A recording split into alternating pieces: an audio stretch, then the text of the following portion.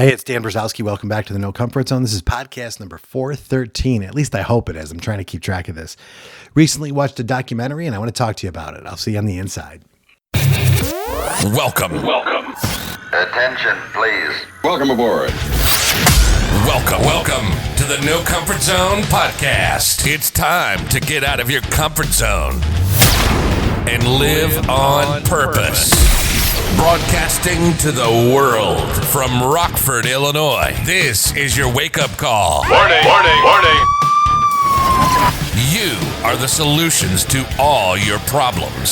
Stop thinking average. Become the hero version of yourself. Every day, every time, without fail, no exceptions. It all matters. You've entered the No Comfort Zone. It's time for a reality check. If you haven't caught it yet, I strongly recommend that you watch the Tiger Woods documentary. It's on HBO Max. I think it's going on free right now. It's Valentine's Day. And what I'm ended up doing is this is like doing a few podcasts in a row because I wanted an opportunity to connect with you. I don't do these during the week because I get busy, but it's Sunday. I've got some time off and I want to connect with you and let you know. During the documentary, it's about Tiger Woods from the time he grabbed his first golf club and his relationship with his father, through things that he went through, challenges growing up, through challenges with his relationships in high school, his father, who was maybe some would consider overbearing, whatever have you, or whatever, how he was raised, to his amateur pro circuit career, his endorsements, to the fall of Tiger Woods and how that happened. But something really interesting, there's a couple takeaways that I got from it. And like I said, I'll be talking about this a little bit because it had a big impact on me. Remember, in the No Comfort Zone, I constantly talk about there's an opportunity where people actually go through adversity, they're in the middle of adversity, or they just gotten out of adversity. Either way, when you take a story like Tiger Woods, my son is really into golf. My son is advancing extremely well in golf and he enjoys it. He's got a badass swing. He's very good at it. He practices a lot and he practices because he enjoys it so much. He's not doing it because I'm forcing him. It's his own thing. He's even teaching me how to play golf because he's actually pretty good. So I kind of got interested more so in Tiger. I did see him last year at one of the tournaments that I ended up going to. I had a really good opportunity with my employer to go see him and have an opportunity. I met Phil Mickelson and I talked about that in one of the podcasts, but I got a chance to see Tiger in person and the people surrounding Tiger. It's still amazing to this day. Now, what I want to talk about is not necessarily at this point of the podcast about Tiger Woods. I want to talk about his friend and his friend, the personal friend, and I don't remember his name, but he's a friend of the family's. And there's certain things in the documentary he would talk about, and there's certain things that he wouldn't talk about. But what he did say is that this is profound. This might even be the title of the podcast, that everyone, no matter who you are, everyone is going to have their day of reckoning. And when I thought about that, whether you're Tiger Woods, Dan Brzezowski, whether you're Steve Brown, Fabian Brooks, Todd Cunninger, Brett Talmadge. These are guys that I know. Marsh, my buddy Marsh, who's got another podcast, The Sales Life. You're going to have a day of reckoning. And these days of reckoning really do define who you are going to be. And Tiger's just a dude. That's all, at the end of the day, that's all he is a dude whose life got put up in front of everybody and he makes a shit ton of money by being great at golf. But he's still just a dude. And he still had challenges and stuff that he had to face, and he had to face it on the world stage. I wouldn't wish that on anybody. But what's crazy about the what I watched on HBO about the documentary about him is that day of reckoning. And the day of reckoning for him was when, he had an insatiable appetite for women. And he then got caught up in it and it became a scandal, and then one scandal and then another scandal. And the next thing you know, the thing with him and his wife at the time in the golf club. And if you don't know the story, go watch it. It's pretty amazing. But can you judge a guy for that? You can, but it's wrong. But here's what I want to tell you about the reckoning and why this is so important and why I think it's such a big deal today. If you are dealing with some adversity in your life, and the adversity kicks you on your ass and you stay on the ground, that's it. That's how you're going to be known. You're going to be known for the person who was whatever stopped at that moment. Case in point, I'll use me as an example. if I became an alcoholic and just sobered up and then was quiet the rest of my life, that would be it for me. I would be known as the guy who recovered as an alcoholic, but that's not who I am. If Tiger would have quit right after the scandals, well, he would have been known for the great golfer who got brought down by scandals, and he would be known by that for the rest of his life.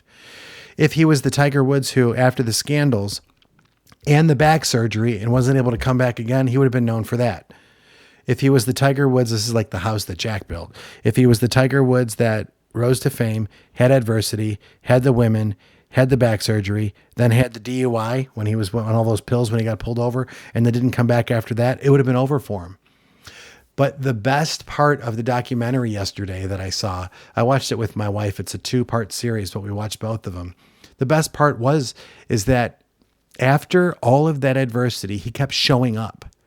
He kept getting in there. And there's a lot of guys in their 20s and 30s who, they might find quick success. But they don't have the character behind it to support it. You got older guys know what I'm talking about. But that success that you need, that character that you need in order to be truly successful, where you can find balance. And what was the best part of that whole documentary was, after all of the adversity that he went through, after all of the criticism that he had to deal with and all of the judgment he had to deal with, and he was able to come back. And the best part, in my opinion, was, here's a guy who went through all of that, found himself in his 40s, and started to enjoy the game with his fellow players. Because he wasn't the most easy guy to play against or with, from what my understanding was. He was very aggressive. He was very competitive. And he never looked like he had that much fun when you think about it. And that's my opinion. I don't know. I could be wrong. I don't know Tiger Woods.